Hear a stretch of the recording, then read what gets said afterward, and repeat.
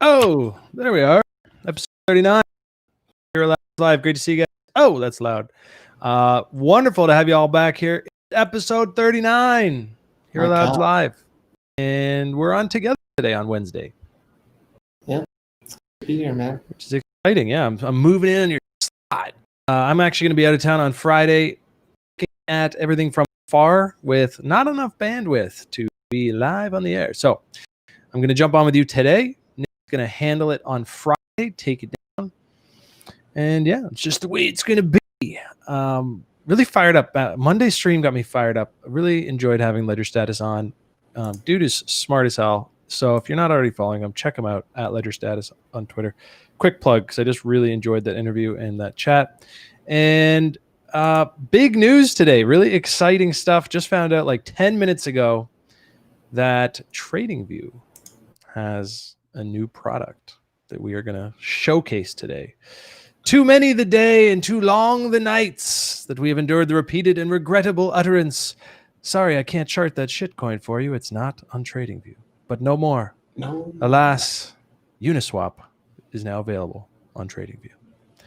That is very exciting stuff. So we're going to dive into that. I don't see every pair on here, but it's very new, I imagine. They literally just tweeted to us. With so many pairs getting added, I wonder what the requirements for getting listed are. Yes, that's the next question. And with that, quick segue into an upcoming guest we have on the stream who has yet to confirm the exact day. So I will save the specifics. But we have a friend of ours over at TradingView coming on the show pretty soon to talk markets, charts, and that's going to be really exciting. So looking forward to that. And I'm sure I will be picking his brain that day on exactly how, who, and what gets listed on Uniswap. Now, I see something up on your screen. Nick, do you want to dive right into that purple you got? I think like this is something we highlighted this in our last issue of the newsletter, but even with DeFi pairs down 60, 70%, and a lot of depression and questions at the bubble pop, look at the total value of USD locked in Uniswap right now. This thing is just going, not parabolic, but very nice growth here, hitting 2.7 billion over this last month. So, the depression in the prices of the DeFi assets has not slowed enthusiasm for more liquidity coming into that space. So that's pretty interesting. It's a healthy gain. That's a healthy growth curve. And you know what's interesting? That sort of parabolic rise looks like, and we talked about this before, it just looks like insider liquidity providing based on the Uniswap airdrop. Yeah. And now, kind of, okay, that's out of the way. Snapshot passed. Everyone got out for that purpose. And now we're just back on the rise. Yeah, I think the next runs are going to be even bigger than what we've seen now. I think this was kind of like a test pump, and as more liquidity comes into the space, it's just going to be better and better for traders. Like now we're up to 142,000 BTC on Ethereum. This is not slowing down. This continues to accelerate. It's almost at 2 billion. Is this going to hit 5 billion by the end of the year? It's just absolutely insane the amount of liquidity that's being transferred over there right now. It's like a great time to be building in that space. Yeah, it's going to be an interesting Q4. Sorry, you caught me looking over at the chat here. We got Sohail saying what up. Roman, good afternoon, everybody. And Illumin 8, nice to see you, saying good morning. So you might be over on the old West Coast. Sorry, I couldn't respond thoughtfully to your commentary there, Nick, because I was totally sidetracked with these fabulous chat box items. No worries. Yeah, right now, look at the we'll take a quick look at the DeFi perp here. It's come off 30-35% off the lows. I'd say as long as it holds this support level, it's going to be okay. Kind of forming that inverted, and kind of a nasty inverted head and shoulders there. But nonetheless, it's there. You know what I'm going to do with that, right? What's that? You already know what I'm going to do with my fib on that one. Because if it comes back down, that right shoulder potential, right? Because it's not an inverse head and shoulders until it breaks the neckline way up above. But to trade it, if I got faith in DeFi over the next little bit, maybe I see some other macro stuff in the market. Yeah, there you go. And that's going to probably be 702, 618 fib.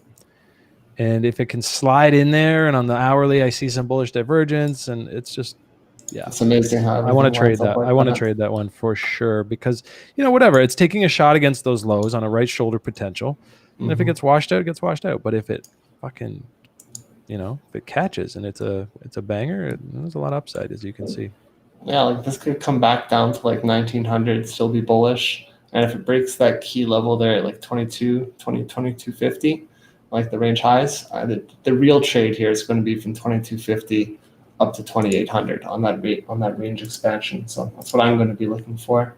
Yeah, look at that value high or value low, like up to value high there, right? 25%. On the right, you can see where the green and red turns into blue and yellow. That's value high. Trading from value low to value high, pretty sexy setup there. I'm gonna actually pull that up on my own. Right over here. Yeah, I think it would be prudent to be setting some alarms, especially on that like this right shoulder. But I think it's what happens here is all really going to be really dependent on what we see in the majors, obviously. And most importantly, even more so, the Dixie. Yeah. Let's take a look at the Dixie, because now that I'm watching it, it's like the first chart I look at, because I'm like, okay, are we bullish or bearish? And it's really just all drawn from that. And we're in that downtrend channel, but we are testing the upper limits of it. A breakout of that is not going to be too sexy. So watching closely, it's like literally every daily candle on the Dixie is the inverse of what we get to enjoy in crypto. It's pretty fascinating. Now that I'm up on I'd say with the US dollar, as long as it's holding like 11.9, 11.95, it's still above support. It's not dead yet. But, just that right now it doesn't look the most bullish, but I think long in midterm here in the next quarter, it will catch a bid. You're still quote unquote bullish on the US dollar to some extent through this range. I think if there's going to be some type of monetary collapse or shift, inevitably weaker currencies will move to strength, and there's strength is going to be perceived in the US dollar. All the central banks are doing the same. All the central banks are doing the same thing right now, right? So it's just a constant slush of money going around, and investors, where do we put our assets to hedge against the risk of a monetary collapse or something? Bitcoin. I think right now we're ranging, and as we get up into the range highs, we're above range EQ now in Bitcoin. Of course, my bearish bias will return when we get up to those highs as far as just looking for setups. But on the whole, this chop, it's making it really hard to call the overall trend, obviously, through it, because break above 12 and we're vacuum up to 14, it feels like, and if break below 10, we're vacuum down to 8. So it's going to be interesting. I just love that we get to spend most of our time together looking at it and charting it and trading it, because it's going to be a tough time for those who are sort of half in, half out the market trading, because it's going to shift on a dime day after week after week. Yeah, I think like the majors and just like fundamentally from a macro point of view, this is the time to be paying attention to crypto assets. But like on an intraday perspective, like I want to be bullish on Bitcoin and Ethereum here and say we're about to go off to the races and to the moon. But you can see here, we're still below the bearish throwback level, right? We're still getting that bearish price reaction off hitting at 395 the other day. I would say if this support down here at 360 holds, which was a pretty big level, right, before we finally broke through it here. So I think the bulls are going to need to hold, like, you can see this range low here at 360. If that goes, probably back a retrace another 348, and if that goes, probably 315 again, which would be really weird. If it's Dixie related, if it's Mac related, whatever, but within the realm of crypto. Just crypto, I think it would be strange for Ethereum to not be bullish into the end of 2020, as long as 2.0 is on the menu, and that's a pending thing. That's like, that's like the halvening for Ethereum. Arguably more bullish. Anybody who's participating in the Beacon chain early on and locking up liquidity there, like that could potentially be like a 1.5, 2 year long lockup period as well, until everything gets migrated to the 2.0 chain. But everything you stake and all those rewards will be locked for a while. So you want to watch the participation rates early on to see how much supply is going to get taken out of circulation for at least a year probably. They're saying. Yeah, I mean that's the bottom line. Is it's just bullish for the market dynamics. You're having stakers. Right? You're having people just locking it up. Yeah. And the testnet got really good participation on Monday, which is likely something to do with the bid we caught this week as it pushed up around 385. So, yeah, it's going to be interesting. Like I said, I think the market's just really sensitive right now. It's in this sort of no man's land where good news is a $200 move on Bitcoin, bad news is a $200 dip on Bitcoin. And that's the chop. And so I'm not rushing to trade it on futures yet. I don't see a clear direction, range lows long it, range highs short it, that kind of vibe. But we're in the middle of the higher time frame range. Actually, let me pull that up as I sit here chatting about it. I don't have it yet, but let me find it. Here we are. Actually, okay. So here we go. BTC, USDT, bingo. All right. This is the range I'm talking about, just in case anyone's like, what the hell is he going on about? So this range here, really, I mean, this is something back in, August 2nd, I was talking about this. We had that sort of Omega dump. I believe it was a Saturday night. I still remember it. ETH dropped to like 307, whatever it was. And that's the kind of thing that just puts a stop in a trend, right? And we saw it here. We talked about this, right? May 10th, this kind of thing comes in, and then that just shocks the market into a consolidation where it's like, okay, where the hell are we going? And then same thing here. We're pushing up, big dump, and that just shocked the market into a consolidation. So we are in this chop. The weekly is trending up, period. So bullish until not, I think, above sort of this 10,000 level here, which got tons of tests. The bears they had their chance right here to dump it and really put some fear in the market, and they just didn't. They didn't show up to do their part. And naturally, like a day later, it's off to the races. We're above range EQ. I think a test down around 11.1 makes sense. I think, even coming back down to 10.8 would stay bullish in my mind. So I'm not, I'm no longer around here. I was definitely leaning bearish, and I wanted to short that downside, mostly just by being in tether. But I got my crypto back, my majors anyways, up around 11. And I'm going to actually probably avoid trading this stuff on futures until we get, like I said, up into this sort of range high. And if that's on bearish divergence, and if there's still no buy volume, it's going to be a great opportunity to find a short trade. And then, of course, if we come back down here into something like, I guess this would be an RLZ. Down in here, there's going to be some opportunities. If we come in on sort of dying sell volume, bullish divergence, that might be a setup there. But what I really wanted to talk about, now that got that one out of the way, is just a step back to the DeFi PERP, because DeFi PERP, I was charting on the FTX one. There we go. This I actually really like this setup. I'm glad you brought this to my attention, because I think I'm still really bullish on DeFi. I didn't really trade much of it through the DeFi hype. Obviously speculated on some Uniswap stuff. A swap token or trust swap was a killer.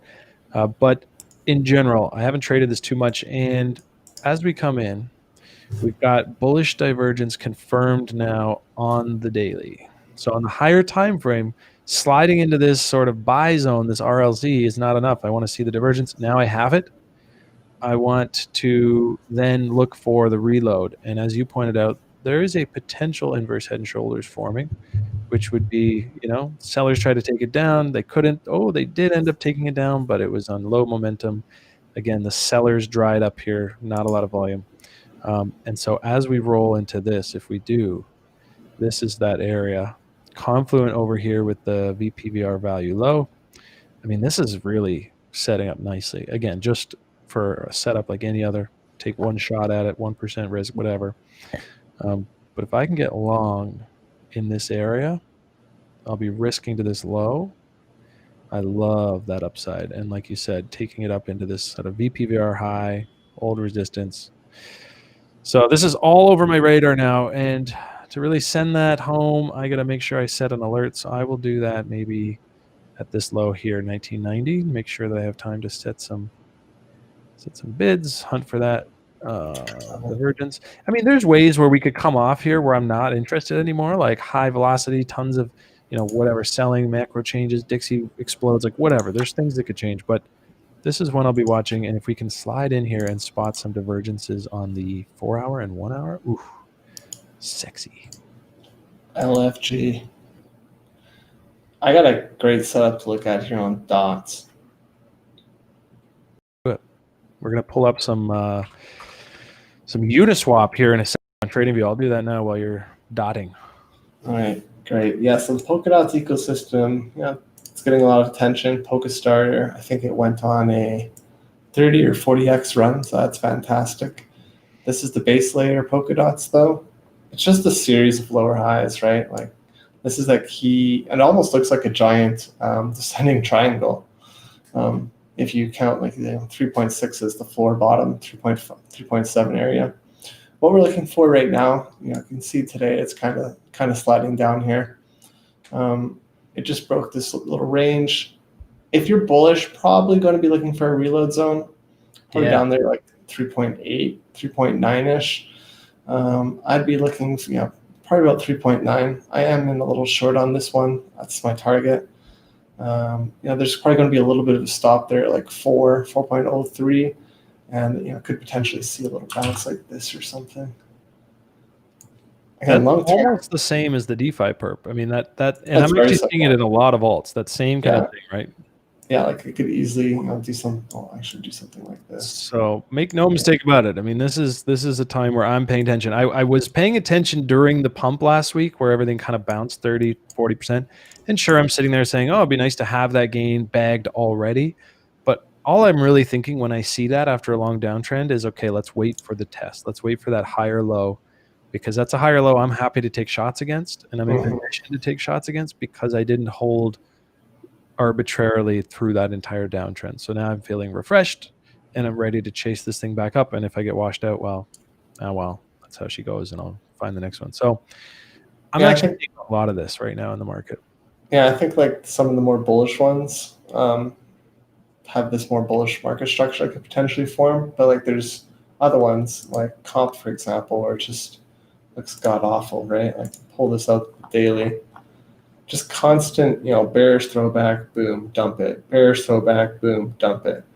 This finally got tested, and sure enough, bearish throwback, dump it. So, if these lows here on comp at 100 go, I think it could probably get pretty nasty. Probably see some like capitulation wicks, and you probably want to. That's what I want to buy is like real capitulation. We were kind of saying that last week. It's like I don't think the market's seen real capitulation yet. I think we're starting to see that on some of the Uniswap pairs, but not in these more liquid and early governance tokens right now. So it's tough to be a bull unless we're above that 121 level there. No sign of a bottom on comp. And we talked about that as a paper trade. I think it was last Friday. We pulled up an example and somebody asked, well, isn't longing against these lows the right? And I said, it's the right idea, right? Things are super cheap. It's at the bottom. Everyone's not interested. That's the right idea. But you want to see a trend. And our paper trade with comp, I got the alert the other day. I mean, it got washed, obviously, because those lows broke. When there's an uptrend, you'll see it. It's pretty easy to spot. Put out some videos to help with that if you guys want to check them out. If you haven't already, how to spot a trend reversal. Part 3 is coming up. I'm working on it this week. And that's going to get into the more nitty gritty around how to, using fibs and stuff to find entries and exits. But comp just, it just looks gross. I think, I don't know the dynamic of it offhand. So if I'm incorrect, somebody notices that, they can point that out. But the idea, as I imagine it, is you are rewarded in comp for participation to some degree in the network, and therefore it's selling pressure. Even look like capitulation in the sense it's more just like bleeding. Exactly. Curve and cream and all these food tokens, and that's the way it should be given the way that the token operates. You get it for free, and it is your payday, and you can only get paid if you sell it. So where are the buyers? I don't know when they'll come in, how they'll come in, or what point that'll be an attractive buy, but it's going to be interesting. I think this is a quick look at Atom, Cosmos, another protocol level stuff we've been watching. I think will do pretty well in 2021. We charted this inverted head and shoulders. Play worked out pretty well. I just noticed just kind of breaking through this range resistance. I was really hoping this would flip to support. I don't think it's a dead trade on the long side just yet. I think, as long as it can hold somewhere between like 5.4 and where it is now, it's going to be okay. But anything below that, like right here, 5.4, and if you took the long off this right shoulder, I'd probably exit and wait to reassess. But if it can pull up above this range right here, I'm still expecting this bearish throwback level to get resolved. It's just so, like, look at that, right? Like, Yeah. you could, just even 6.6 might get front run, right? 6.6 to $7 looks good. But yeah, these markets are starting to pull back a little bit here. It's a big nasty M up there, and they often will get Yeah. a test. And this is also part of that cyclical shift, right? Where it's a bottoming process. So we're going to pull down. It's accelerated. We get the bounce. We get that inverted head and shoulders on Atom. We move back up, and we just maybe get that bearish retest and come right back down. And that's where you get the washout cycle. So it's not, when I say I'm going to look for long DeFi perp, all this stuff, I'm trading it basically back up to the fail levels above. I'm not looking for new highs on sort of V1 of this potential bottom. I still think there's going to be some work to be done. But, with proper trade management and some trailing stops, I may be able to ride it if it does break out. But yeah, I agree with you. I think Atom on that bearish retest looks great. Holding it for new highs and not taking profit at that level doesn't make sense as a trader. Yeah, I have to agree. Like, And same most thing. people will find that, right? So they'll sell. Solana is showing a little weakness as well. Yeah, what do you see in the S&P before we dive into the deep and dirty over here on Uniswap? Yeah, the S&P, we were pretty spot on this as well, saying, if it broke that 3,400, it was probably going to run up to around 35 or so. Went a little bit higher. It's coming back down now. It hasn't broken any market structure or anything. So, this thing could come back down as far as, say, 34.30. And, and at the end of the day, as long as 3,400 is holding, it's going to be bullish. But right now, it doesn't look great. Momentum's coming off. I think that's why I wanted to comment on was the stimulus stuff. But as long as this level here holds, I'll keep my bullish bias. But if it drops below here or something, right, drops again, retests down, that's probably what that would look like.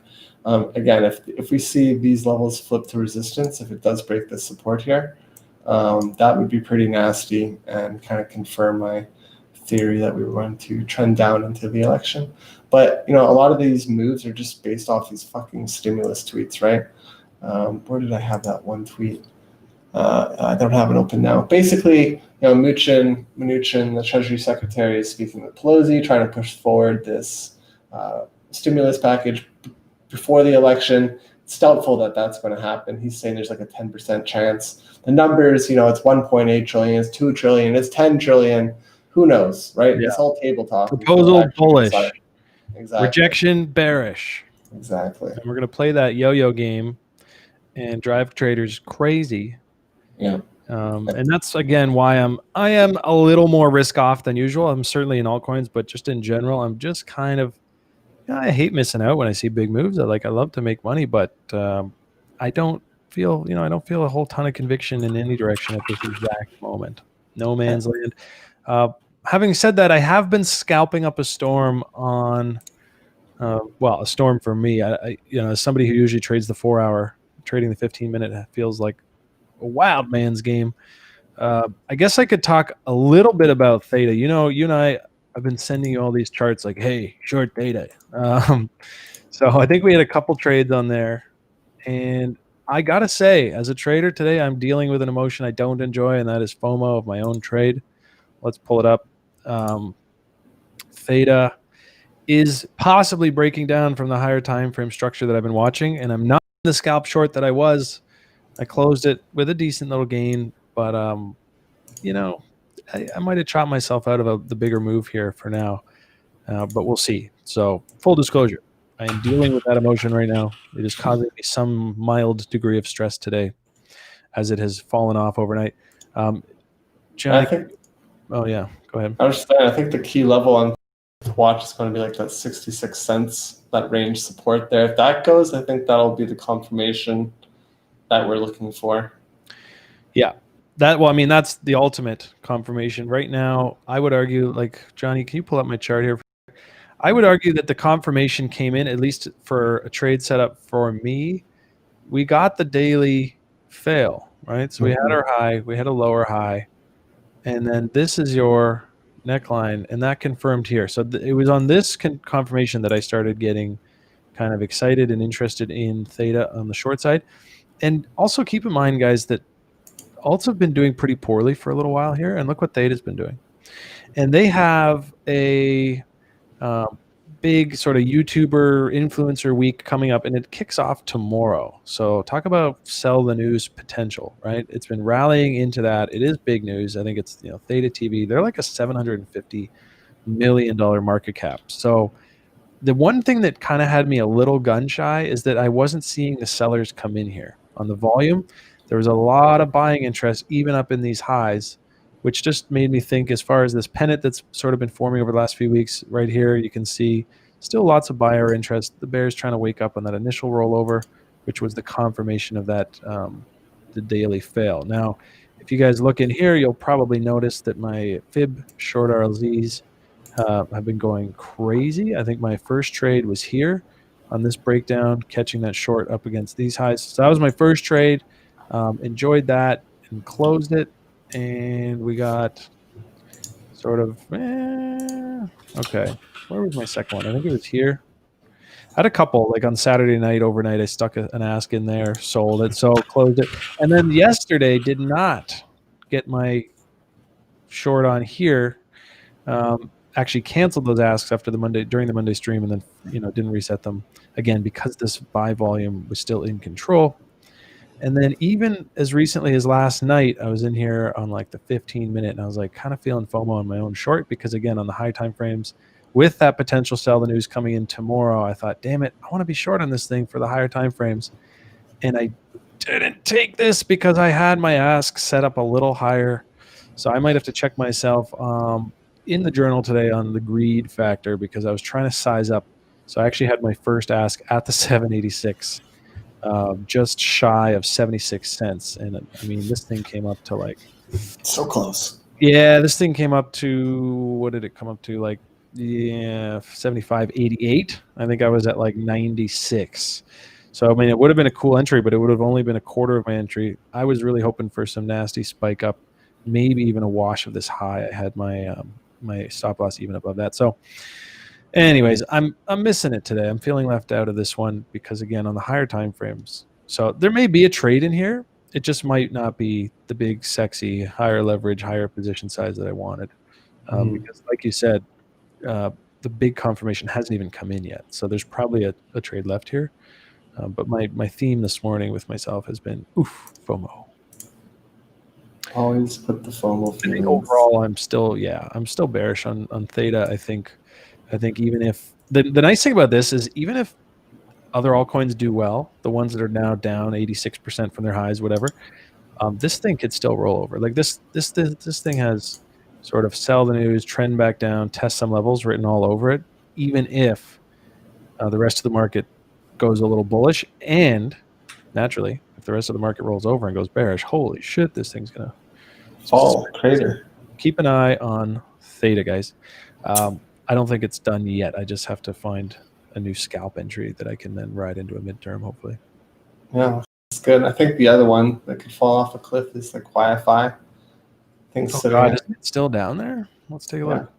Yeah, like we played this one really well as well. We're calling that head and shoulders pattern concluded down there at 12.5. And look at that nice bearish retest back up to that 20,000 level rejection. Tries to hold that former range support, falls. So I think this thing has at least another 11% downside back into that support level around 12,000, 11.5. If that falls, probably going to be looking at between like 7,000 and 8,000 for that. And I think that would be a real capitulation move. What would that look like here? So you don't want to be shorting into the support range, obviously. But if you do see prices move down, at minimum, I'd be looking for 12%, 27%. I think that would be some real capitulation. none of this stuff what we've seen, right? So yeah, I think we will see a bounce. Like we could see something like this. Quickly draw it up. All right, what can we see here? Well, we got our little range lows here, right? And sure enough, you get a little wick there, confirming the resistance. So if price comes back down, retests that support, it could come back up here aggressively too. You know, you can imagine how many people are going to be FOMOing in, right? And that's often what happens. You get these bounces as the actual top shorts are taking a little bit of profit, and the late shorts get capitulated, so you get that quick high momentum spike back up, as you have both sides on the bid side for different reasons. So yeah, if we saw some resistance here, and then I think we could take out those levels. And when we break these major supports, they tend to be pretty high velocity moves, right? And that's what we'd be looking for. And odds are, I would definitely be expecting a bounce in this, like, what is this? 7.5 to 8,000 range.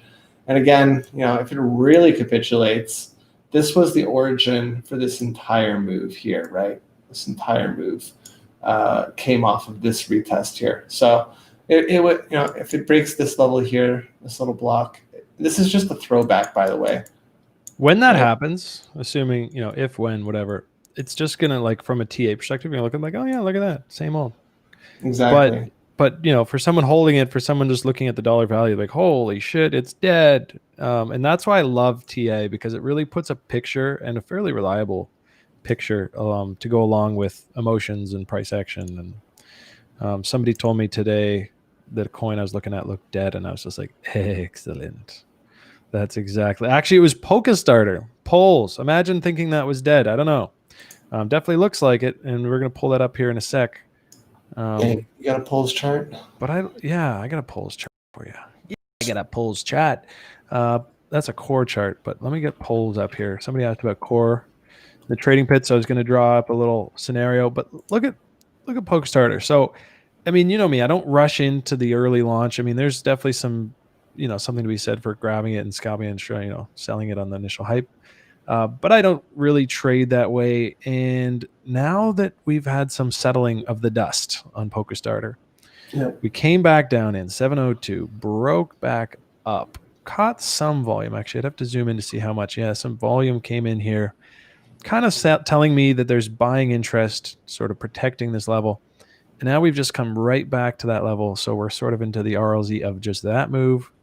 RLZ within an RLZ, that is a thing. It does add some level of confluence.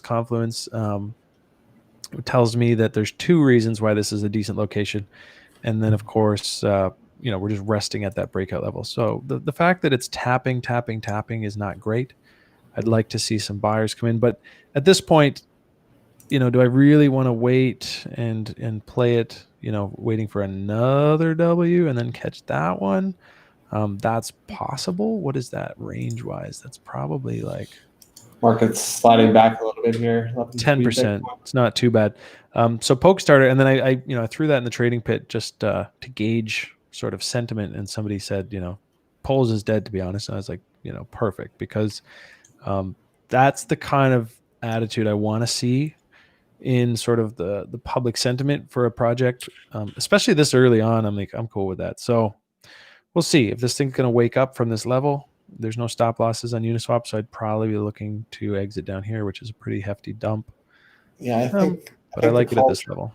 Yeah, I think the calls for PokeStarter death are a little exaggerated. Like, just taking a quick look at the social metrics, 5,000 messages in the past 48 hours, 7,900 members in their Telegram chat. So same thing. Yeah, in their defense, I doubt they were saying the project is dead, which is just like price action just looks dead. And that's cool. I mean, we were trending down. And once that trend is over, typically that's marked by lack of interest at that level. So the sellers dry up, the buyers haven't arrived yet, we chop around, and that's exactly what we're seeing. I may just run it as like a DCA kind of trade and not worry too much about stop loss, take profit, and just start buying little bits here, because it is one that I know you're very familiar with and bullish on. And yeah, I like bulls. Now it's in a zone that I like, and if it does break down and there's ferocious selling through the market and all that crap, I could probably get out at 29 cents. Try again later. every quarter, the pre-salers get a tranches of that. So anybody in polls, just be aware of we said that in our newsletter as well in the Gem Hunters edition, of how identifying the distribution schedules are super valuable. If you're in a trade on this stuff, you don't want to be the buy side liquidity as huge unlocks come into the market and crush everything. That's right. Now I gotta give a shout to Jonesy real quick. He's here with us today. He jumped on the stream with us yesterday over on Twitch, and he was in our squad on Call of Duty. For anyone in here watching, if you guys game a little bit, or you just want to do some live trading and hang out, we are going to be on Twitch more and more these days. It's going to be twitch.tv/Real Hxro Labs, same as our Twitter. And the idea is just being a little more casual, having a live stream, doing some analysis, because Nick and I are sitting around trading, talking, doing analysis all the time. Myself, obviously, like a little bit of gaming from more back in the day, like even earlier this year. I don't really game too hard anymore. But what about bridging those two things? Because trading itself can be really boring. And, people always say like, oh, don't sit on the charts all day. So often I'll spend an hour or two in the morning doing analysis, finding some trade ideas, and then setting some asks and bids or whatever it is, and then just chill. And it's like kind of boring. So why not fire up the old PlayStation 4 Pro, jump online, hang out with you guys, and do some gaming, and we can mix it up and play some other games. And so, yeah, Jonesy took full advantage. He actually jumped into the squad with us and played with us while talking charts. And he just reminded me that we got filled on this SXP. So we did a paper trade on TradingView yesterday. And I should point out that it is full. It is slightly underwater, which is fine. It's got lots of room. Breaking down here a little bit right now, under 4.1. Got lots of room to breathe. And I'm actually bringing this up because I'm getting my fills on SXP right now as well. I put some just below our official paper trade entry because I wanted to get chintzy and add some size. That's just the way I am these days. But I've got bids as low as 113, because I am expecting this to accelerate and end with some nastiness. As long as it doesn't sweep these lows, I'm laughing. So I'm filling up SXP as we speak. I just got my first fill. I got a couple below like 116, 113. What do you see on dots? I mean, if we're moving right now, this is the time. Again, as somebody who was buying into last week's hype, you're going to really feel a squeeze right now on this dump. And that's why I love these fibs as a way to trade, because these dumps come in, I'm like, yes, fill my bids near the lows. And I'm not underwater because, I was able to resist the urge to buy into the rallies last week, which is not easy. Yeah, I think dots, as you said, are breaking down that 4.2 range was kind of your signal that the bearish momentum was could pick up here and we could get a retest down to that 3.9 level. Everything seems to be on track so far right now. I think if you're short from these range highs, you probably move your stop losses, at least to break even at this point. Again, if the market, as long as the market's below 4.2, I think it looks pretty good. I may get stopped on my spot exposure that I picked up around 11,000 last week. I think my stop. Let's go look. Again, it's not a very aggressive trade in the sense that I'm not trying to make money on this trade as far as just to be in position in Bitcoin and Ethereum. And so after we had that dump on Monday and then a really nice reaction just after, and there was actually some really nice volume that came in on that on the hourly, if you look here. So we rolled over Monday morning and then shot up, and that buy volume that came in was pretty significant. I mean, on the hourly, we're still waiting on the daily to see something significant. So my spot stack is protected right now, probably about $100 above my reentry, and I'm fully aware that could just sweep and get stopped and blah. But because like I said, my conviction is low on the short to midterm. I think chopping in the range is possible. I think breaking down is possible. I think rallying is possible. So I'm comfortable putting that spot stop loss for now, right here where I still get out with a couple $100, and then we'll see. I don't know. Looking at it this way, I'm actually like, holy shit, that's probably just gonna trigger and then we'll bounce. But I'm not gonna play God here and try to get it perfect. I've locked in a guaranteed profit on my spot reentry, which is more than I can say for like the fact that I didn't wait necessarily for the pullback. Maybe I should have. So I'm comfortable with that. And if we do break here, which is very possible actually with this kind of M top and this aggressive selling at these highs, yeah, I could see us break right through. And then this is the next test. That's probably the sweep of my stop loss. And then this is sort of the real test. And that's where I want to say, okay, bulls better step in here. And obviously there's some room there where I can get right back into spot against a better low. So just for what it's worth, that's what I'm doing with my newest spot exposure. Main focus is on futures lately because, like I said, the 15-minute been treating me a little better. But until we break out of this range, there's going to be a few nice little up and down trades to make. I want to get into the Uniswap stuff on TradingView. Check this out. So I made the watch list just before we got on the stream when I found out about it. And so if you wanted to check this out on TradingView, it's so new that they're not listed yet under the All Exchanges tab. I did check that to see if I could just focus on Uniswap alone, which I cannot. So it's a bit ninja right now. You got to go here, type in Uniswap, and then put a colon, and you'll see a list of all the available pairs. So everything's not there, but there's lots of good ones. There's lots of older ones. I'm curious to know the criteria, and we'll be chatting with our guest likely next week, possibly the week after, about that. He works over at TradingView. Now, until then, we get this. So if you guys see any names on here, the biggest addition for me that this brings, which I love, is the VPVR. You cannot use this tool, this side volume, which is a really helpful tool. I absolutely love it. And you can't really get that on ChartX and Uniswap Vision and all that stuff. So I'm very pleased to have all this. So hit us with your requests if you guys have any that you noticed on that list. I think Pickle is here. I know Messiah is excited about Pickle. He tried to explain it to me. Well, he did explain it to me on stream the other day, but on Twitch. But I'm still at a loss. I didn't go do my own deep dive. I'm very visual. I really need to read this stuff for myself. But let's see. It's right in that sweet spot. So Pickle's something to consider. He's very bullish on it. I can't really speak to the fundamentals.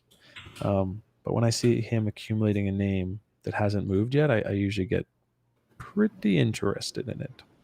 A pay attention moment. Pay attention mode and core. I know I talked to a few guys in the trading pit today that really are keen on some core. So let's take a quick look. I actually charted it. Oh, while you do that, I'm drawing up the most bearish uni pair right now. Okay. I did a little chart here on core on ChartX Pro, but that was before I knew that I could chart it over here. So this is against, well, it's the Ether pair. So core is worth 11.5 Ethereum. That's a big trade. If I'm bullish on ETH, make me give away 11.5 of them to get exposure to this. But look, it's got the RLZ. And I think it's kind of RLZ within an RLZ. Really, however you draw it, it's right at the 618 or it's parked at the 786. I would probably take this one. It's less true, but this is like first day stuff. And I prefer to get like a more, pivotal bottom to work with. So let's move over here. Let's slide it up. And let's see what the chart tells us about the internals. I really like the look of this bullish divergence. So, right, you're coming down. That's not great for price. But you want to see internally that the momentum is slowing. And that's exactly what we see here. And we broke above this middle up over here. So that's a confirmation of bullish divergence on the MACD. Do I see the same on the RSI? Not really. Came and made new lows. So that's not as exciting. It's like half the bullish divergence I want to see in the world. And as we break out of oversold on the Willy and the stock, I don't even read the stock too often. It's just on here as a template. So I'm actually going to remove that. Yeah. Stock is more your baby. You trade off that a lot more actively. So because of you, I've put it on my chart and I'm learning it and kind of peeking at it. But I'll be honest, it's not in any one of my setups just yet, except for the 3-day Bitcoin. I really like that one. In fact, we should look at that. Wonder what it's up to. So yeah, I think, core caught a nice bid here at the lows, which is promising. And instead of chasing that, as always, I would say, watch it, catch the top with your fib, and then see if you can hunt some entries down in here. purely because if you're really keen to get long, might as well be long near the lows where you can be like, holy shit, I was wrong. It's going down. I'll sell now and lose less than if I just hold it to oblivion. So core looks pretty good as far as like hype goes. I know it was rallying like crazy. It ran all the way to like 9K the other day on the 3rd of October. So it's definitely back into an area where I'm getting interested in it if I'm a bull. I am not trading this one right now. It's not for, it's not because I don't like it. I just don't really know what it is. And I like to stay away from things that are this new on Uniswap. Maybe the developers are known. Maybe the liquidity is locked. I have no idea. So full disclosure, do your own research. I wouldn't touch any Uniswap pair that's new that doesn't have a known team with some real world traction or partnerships, whatever you want to say, that kind of validates their existence. And locked liquidity is, it's kind of a meme at this point. I've heard it on so many different things that ended up rug pulling in some other way with minting, and it's like, yeah, our liquidity was locked, but we minted 1 million tokens and dumped them on your face. So I haven't been rugged once, and that's not as much a bragging point as just a fact of life. I stay away from a lot of this stuff because I like to go to sleep at night just, with like, fuck, man, crypto's trading is like stressful enough without the thought that something might just disappear completely overnight, let alone just dump in here, So keeping an eye on this one, though, for the sake of the trading pick, guys, I think there's definitely something here for the more bold investor. Ultimately you want to get above that level. That's a pretty strong rejection here. And so, there's something to be said for risking to this low down in here and seeing where that goes. But there's no real reversal in trend until we break above this sort of 12 Ethereum mark, whatever that is in USD. A couple of different ways you could approach this one if you are desperate for some core exposure. I'm not sure I am just yet. No, you and I kind of sing the same tune when it comes to this newer project, clone type stuff. Yeah, it's interesting. It's fascinating, and I watch it closely, but I don't rush in. What I am excited about? We should touch on this one a bit today. Big launch coming tomorrow for us personally, but also for the market as a whole. UNILEND. It's going live. It's going to enable tomorrow. Borrowing and lending, as well as a DEX access to everything that doesn't have access to borrowing and lending, which is the majority of the DeFi space. So it's a huge addressable market. Yeah, I want to pull them up so people know what the heck I'm talking about. Full disclosure, we are both in this private sale from before. So this is obviously one we've been watching closely. But I'm really excited about it, not only because I own some, but because, like you said, it's going to sort of bridge that that sort of gap that's in the DeFi space where there's only so many coins that you can post for borrowing and lending, and there's some limitations there. This is going to have a swap protocol built in. It's going to allow basically those other 6,000 tokens to participate in DeFi. And I think it's sort of a first to market in that sense. Yeah. 300x oversubscribed for their public sale the other day. Public sale closed in under 30 seconds? 30 seconds just today, I think it was. And they were they had very limited space. It was like a whitelisting thing, 43,000 submissions. So needless to say, this one is going to be one to watch. Again, I imagine it could very well, do something. Let's find polls. I would just want to be clear that this is not a run and buy the opening recommendation. Like, look at polls. Again, another very popular sort of pre-hyped sale that came out. And this is often what you see as everyone rushes to get theirs. And then this is often what you see after. So be aware of this kind of pattern. And it may be the case that UNILEND is not a sexy long trade until somewhere a month from now.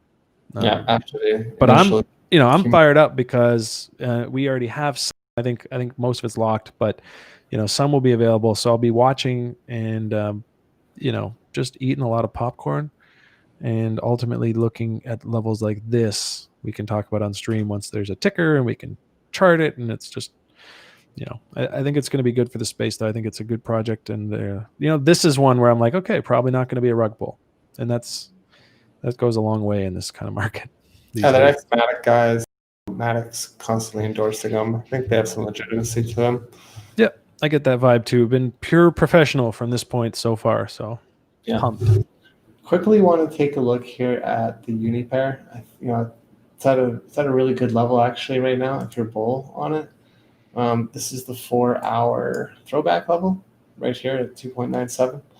If this holds, this is your bottom, and it'll probably go back up to like that 3.7 area.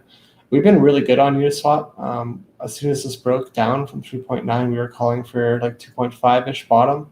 I think we were off by like less than a half cent or something amazing, and then we called for a pump to 3.5, 3.7. Sure enough, I think again we were off by less than half a cent. I'd love to take credit for that, but I got to be honest. This is all you, baby. I'm giving you that one.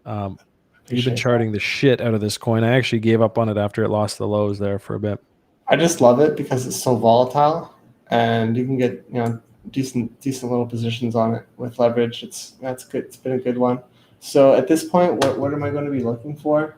Well, we're getting a nice little price reaction off that, but it's not out of the woods yet. If this level here fails, so this is now you have to treat this as a bearish throwback, right? So quickly label that. I hate this feature sometimes. It's already selected, so if you were to click on your chart, it would open up another text request. Anyway, so if it comes back up to like this 3.2 level and gets rejected, pretty confident that we'll see that 2.6-ish. So if it's going to look like this, if you did catch this long, I'll tell you how to play that as well. So if you just caught this long off this throwback level here, this is going to be your first test right up here, right? The 3.1, I can't see it, but 3.2. If it breaks, so if it comes, probably get a little rejection initially, but if it makes that higher high, that'll be your initial confirmation that yes, this is a little range, and that what happens when a range breaks, you get those high momentum moves, right? So this is lining up to be a really nice trigger for both sides right now, right? So now that we have a defined range at this point, if we see a breakdown, where's this going to go? It's going to go back down 2.5. Off my head, that's like a 15% move or something. So that's a great expansion trade, right? So you're going to want to take that and fill that gap. And if it breaks to the upside, right? Well, you're going to be targeting this range right here again, right? So again, that's another 15% move. So right now it's in this wait and see mode to confirm the trade, right? If you're not off this little scalp here, there's no reason to enter right now. If you're bearish, right, it's going to come back up, retest, and if you see it reject, this would be a great short entry, right, with invalidation above these range highs. So if you're looks like the 618 of that short RLZ, like pulling up that way. Exactly. Yeah. So I'd be targeting again these lows. If you're not already short, you want to get short. Wait for this retest. If you see price, if you see really low buy volume into this, you can bet this thing is going to get smacked down again, right? So that's what I'm going to be waiting for. I'm not short on this, but I would like to get an entry on this if I see weakness here, targeting this 2.5 level. This would be a double bottom, so I don't think it would completely just break down on the first go. I think we would see a bounce, something like this, and probably back up to the bearish throwback level. And if again you saw like a decrease in the volume on this rise here, this would be your signal to load the fucking boat short, super hard short up here, targeting a sweep of these lows, right? So I know this looks pretty messy, but hopefully you got something out of that. Basically just watch these bearish throwback levels. And once you see the expansion of range, these are going to be your targets that will probably get filled. Yeah. Well, great analysis on Uni there. I think, it's sort of writing was on the wall. I mean, it was a friggin', free token. The cost basis universally was 0. Exactly. I think not getting out around 6, 7, 8 with if you did get, those 400 in your wallet. I actually got out at like the day one. I was just like, holy shit, free stuff worth $1,200. Give me that. Mm-hmm. And I'm happy with that. I think I probably would have got up closer to 2K or a little over that if I held it through. And it's like, wow. But I'm certainly you're not going to rush back in and drop $8 on a token that was free last week. No. And, we're going to see those sellers are baked into the market, because at what point are you no longer willing to sell because you're so underwater? I mean, there's really no level for that because you got them for free. So it's got the shakeout that you probably should have expected, and really like watching your analysis on it, because those higher time frame levels are really what I should be trading. I sometimes get zoomed in on a chart and forget about that. But let's take a look at Link. Now, this is something that's been happening to me quite a bit lately. I've got Link up here. If you want to look on our chat there, Nick, we've got a little list, maybe KIF, SEAL, SNX, and it is about that time for rapid fire as we get to the top of the hour. Now, I've got a Link chart up here. If John, if you want to switch over, this is old ink, and I actually moved to a whole new template after this sort of cycle peak, because a lot of my charts, they were drawn up for the previous move, and now a lot of them have been invalidated. But I just pulled this up, and this is what it had on it, and I'm just like, holy shit. So these fibs, that sweet spot, this move down, sort of what we've been looking at a lot today: low, lower low, higher low, breakout. So there is some potential here on Link to be changing the trend. Now, I think a lot of people asking these questions, like check out this chart, are probably more on the hold and long-term believer side of projects. So for their sake, I would simply say dollar cost averaging is often the best way to do it.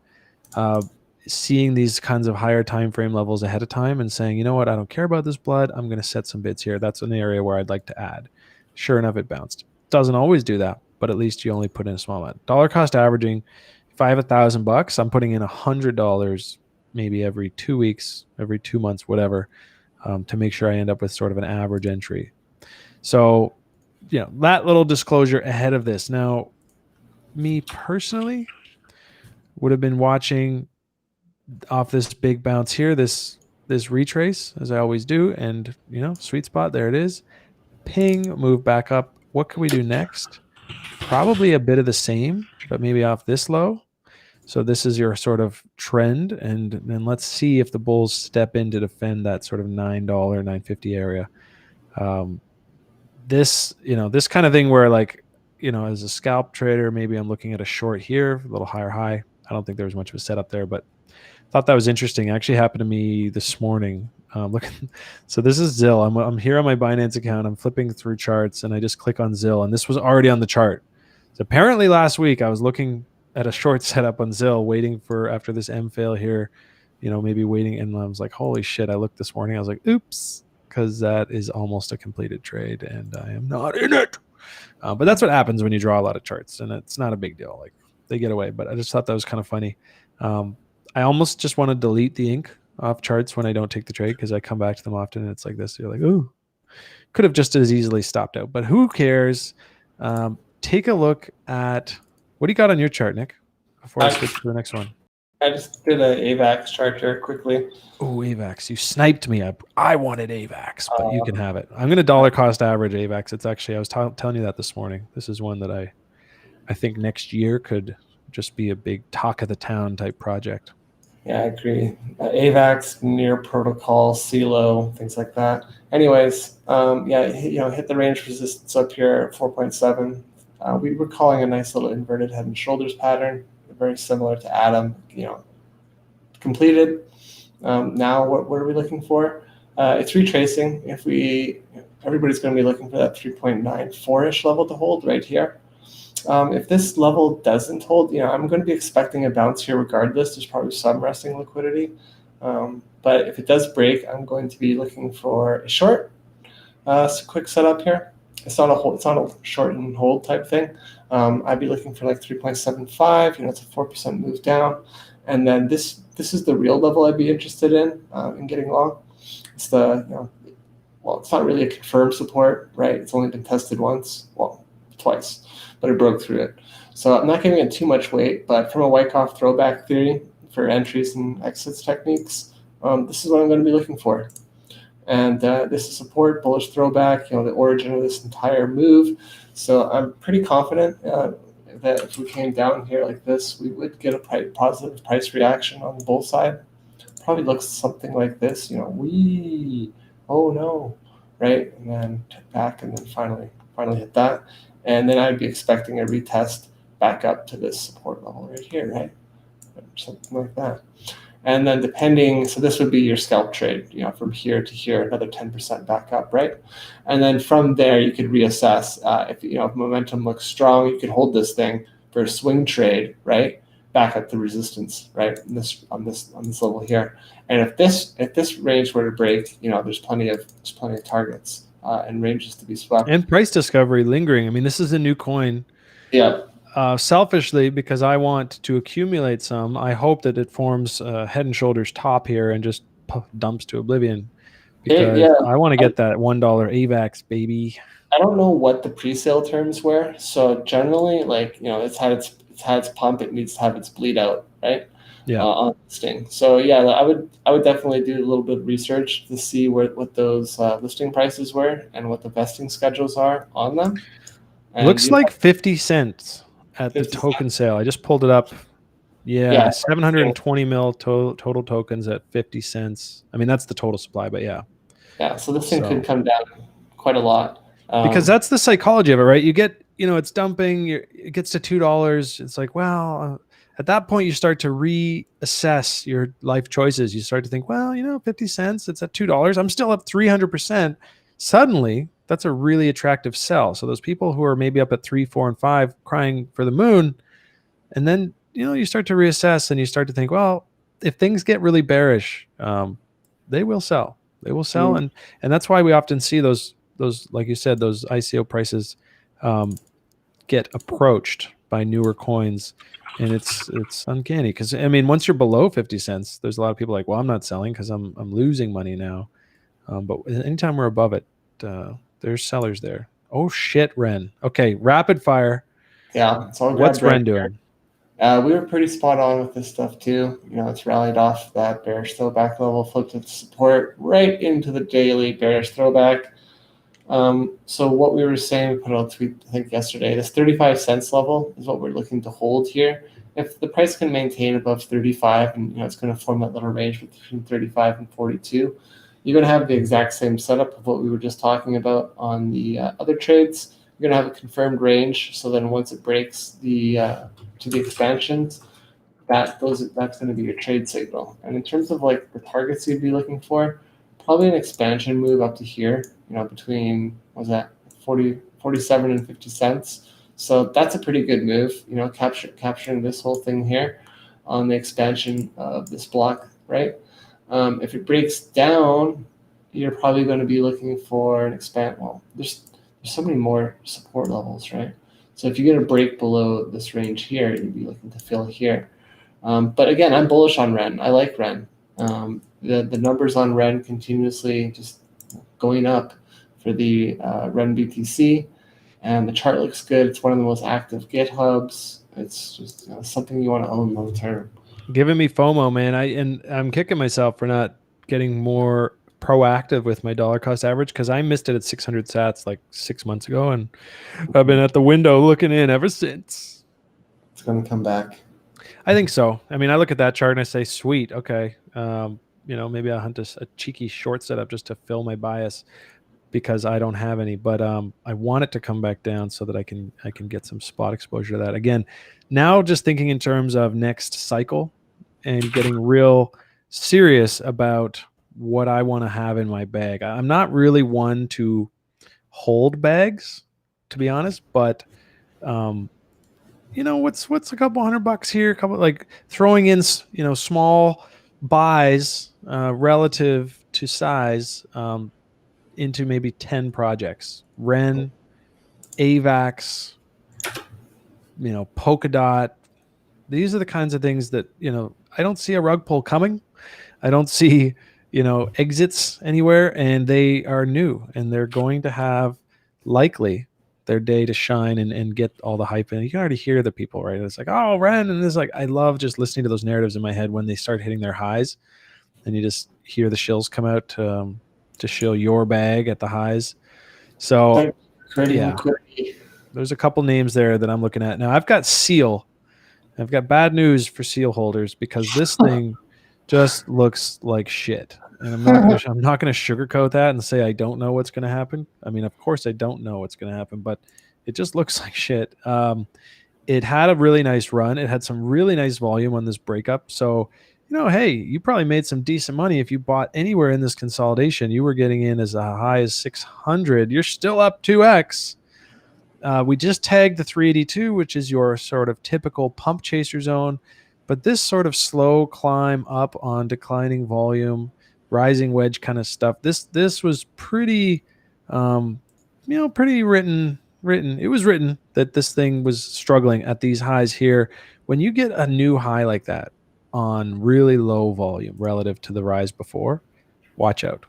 Watch for reversals. And somebody did, and they dumped the shit out of it this morning. Actually, this is the hourly, so this is actually all today. So fairly new coin. It's trading at $1,300 per coin. Don't know what it does, but on a purely technical level, this thing has some cooling off to do. And I would imagine, so I mean, this is from October 10th.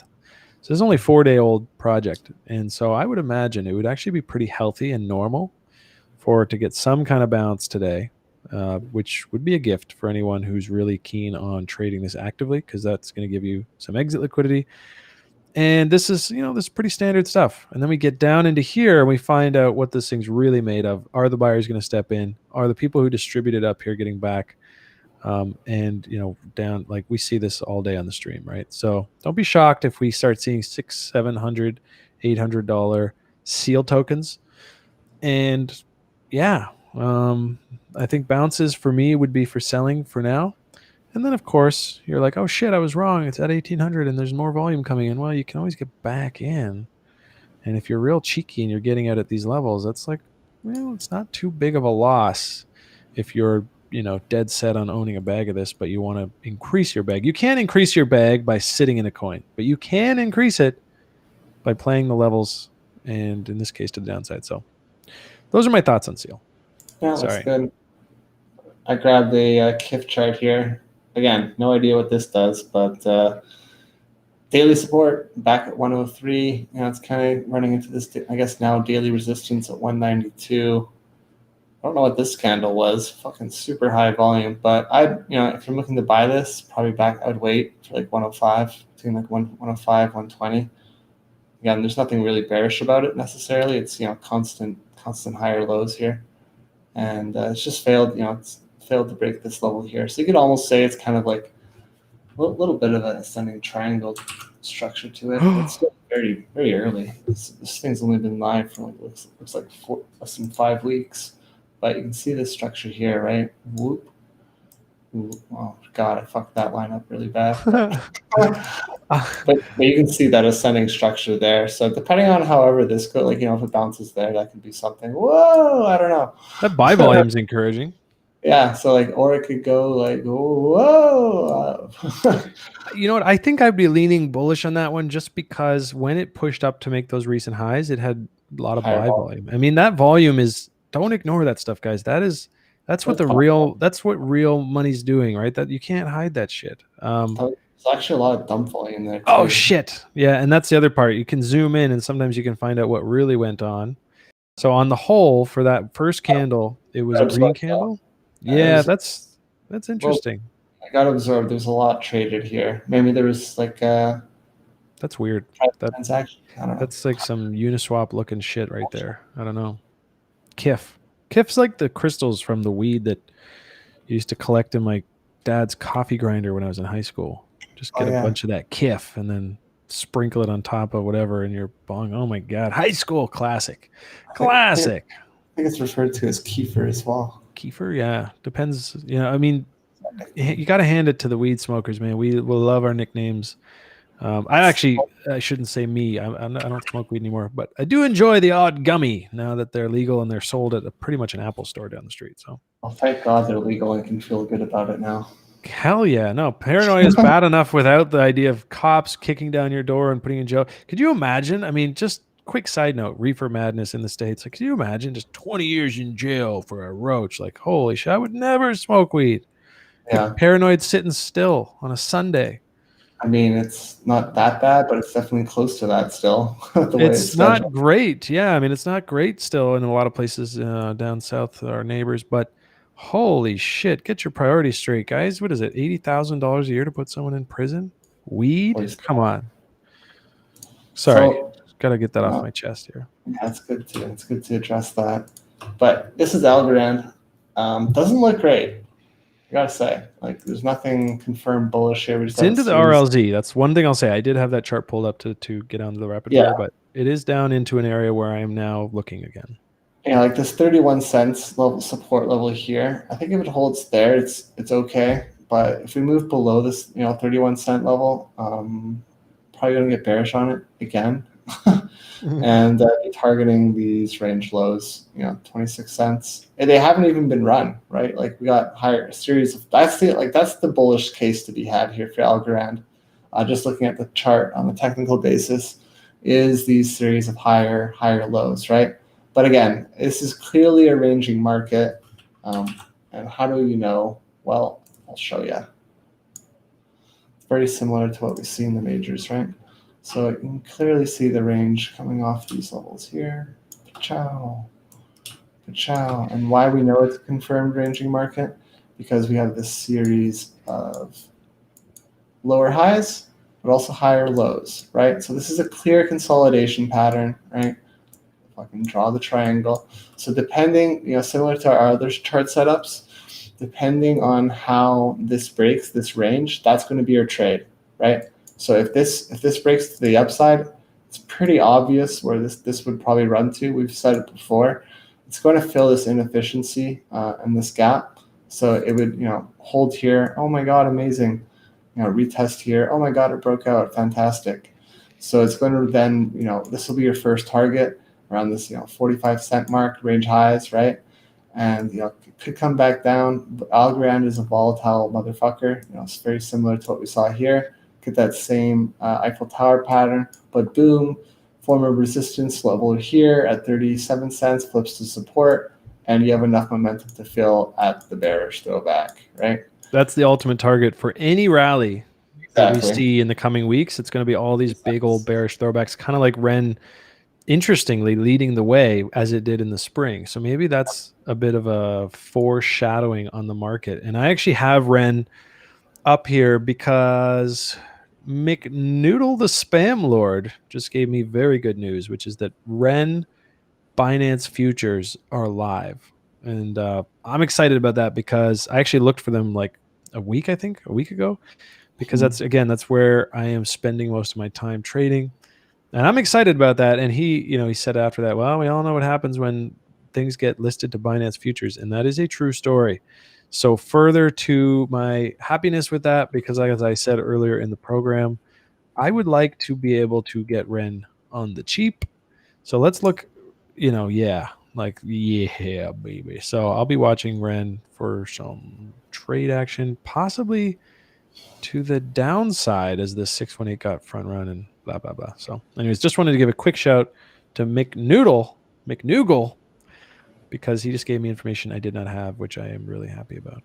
I will be trading Ren to some direction.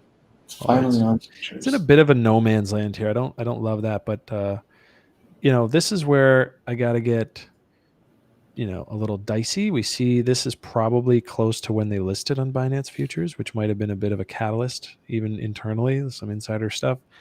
And then maybe now I'm getting dicey in here and looking for some signs of failure up in here, risking to that high, that kind of thing. I don't know. I haven't looked into it yet, but off the cuff, that's what I'm thinking. If I can squeeze out a Ren short here to fill my spot bags below. And we've got a couple here, SNX and RLC, as we come up to the top of the show, that being the end. We're not there yet. So what do you got? SNX. I got an SNX, and this, very similar, pretty much what we were just been saying here, right? Like this is clearly consolidation pattern. Why? Well, first thing I ever do when I take a look at a chart, I identify that key horizontal level. So let's start with that. Obviously, it's right here, right? 3.4 up to 3.7. That's your key daily support level. If this goes, where are you going to be looking for a retest? Obviously down here at your daily support. Get back down at, what is that? 2.7? Yeah. So your entry, obviously, you're not going to be shorting fucking support, but wait for the break in the retest. But your target would be about 16% down. You'd probably be expecting a bounce at this level. This was a pretty strong rejection. But again, getting ahead of ourselves. It hasn't even touched this daily support level. Oh, I love labeling things. Okay, so we got this series of lower highs, right, on the daily chart. We're getting respect off this daily trend line as well. So you got 1 tap, 2 tap, 3 tap, 4 tap, 5 tap. So you can put a pretty high weighting on this. This is kind of looks like a real, it is a descending triangle. Like, let's not kid ourselves here. You got the Stoke, making lower highs as well. You can see that here. So that's, the momentum is clearly in the bear's favor, and you got this little triangle. This is your pole, right? And then the downwards motion like that. That's really fucking bad drawing. But the point is that if this support level goes, it's going to go down like this after maybe a little blurb up like this and then back down. But yeah, you'd be looking to fill up around like 2.5 on this. If this goes though, like, Uh-oh.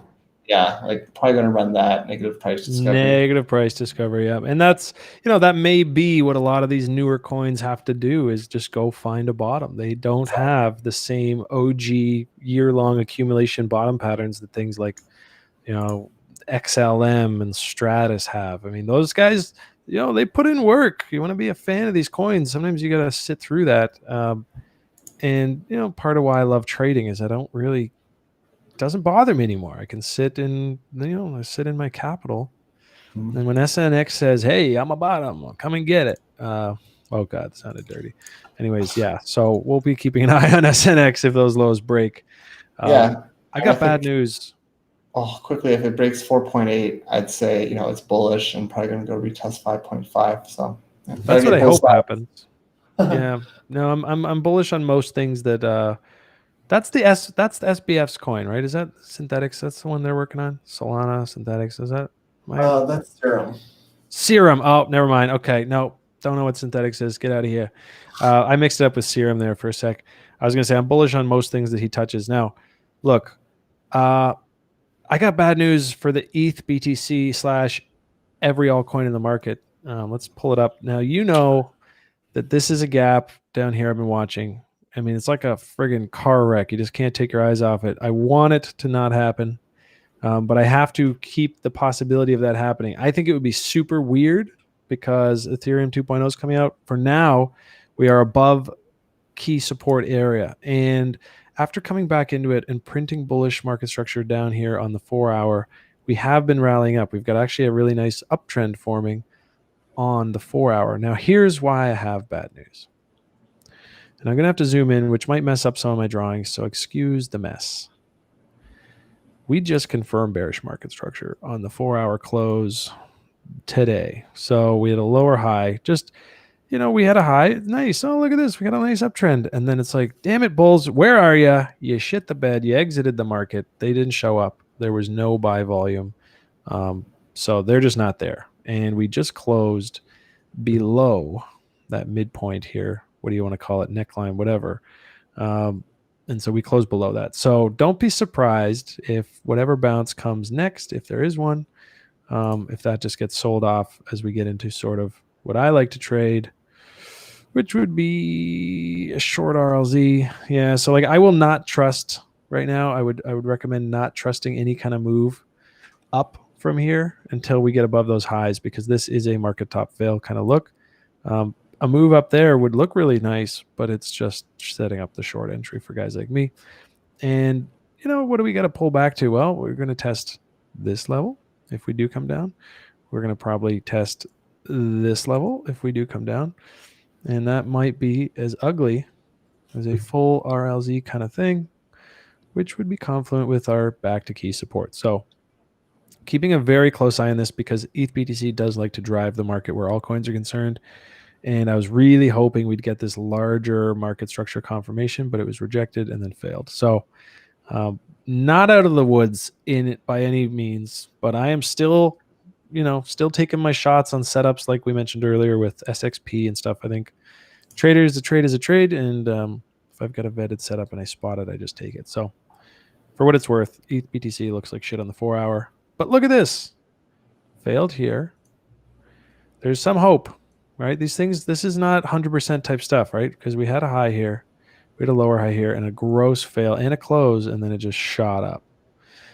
The difference being right now is that this didn't have very much sell volume, and the buyers came in, so pretty clear signal.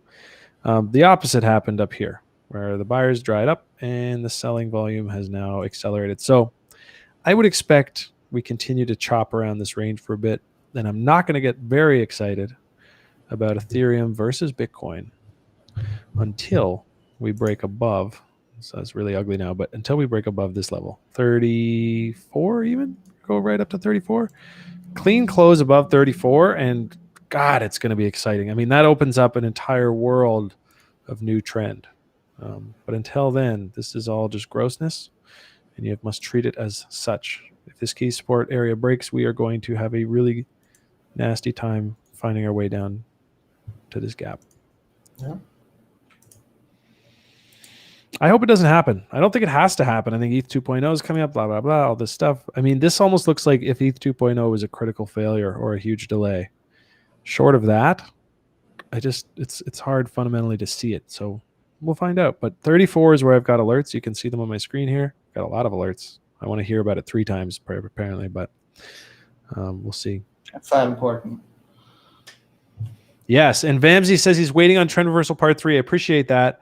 We're doing so much over here at Hxro Labs. If you don't see it every day, it's definitely happening on the back end. We spent, I was up till midnight last night just tweaking settings on Twitch so that we could have a smoother stream and add some music in. So we are constantly building, but my project list for this week does include how to spot a trend reversal part 3. So with that comment from you, Vamsy, it will spur me into even more action. I think I'll try to get that out tomorrow. I'll be away for the weekend starting Thursday night. So sounds like I got my work cut out for me tomorrow morning. Oh my God, have we got a treat? Oh my God. We've got, awkward time. There we go. So we've got our new studio set up here. As you guys can see, the producer's having a little fun today. This looks great. Which way am I looking? Looking over here. Yeah, no, get away from me with all that coughing. Put a mask on, Nick. So we're here. I feel like I need a stack of papers to do that thing the sportscasters always do. We'll have to play with that for a bit. But thanks for joining us today, guys. We fired through a lot of altcoins, some good, some bad, and we're just in that kind of chop zone right now. Bitcoin is ranging. Ethereum is ranging. ETH BTC just confirmed bearish market structure on the 4-hour. So it's going to be an exciting few months, and we're going to be here 3 days a week, covering it with you guys, hanging out, talking charts, and teaching you as much as we can about how we do it, so that someday you feel confident and comfortable joining the market in full swing. Because this shit's not easy, but if you keep up and you keep at it and you don't risk it all on one trade or one shitcoin, I think you will have potential to have some good success. So with that, we should say goodbye, say good evening, say good night, say good morning. Have a wonderful day, everybody, and always play from a position of strength. See you on Friday.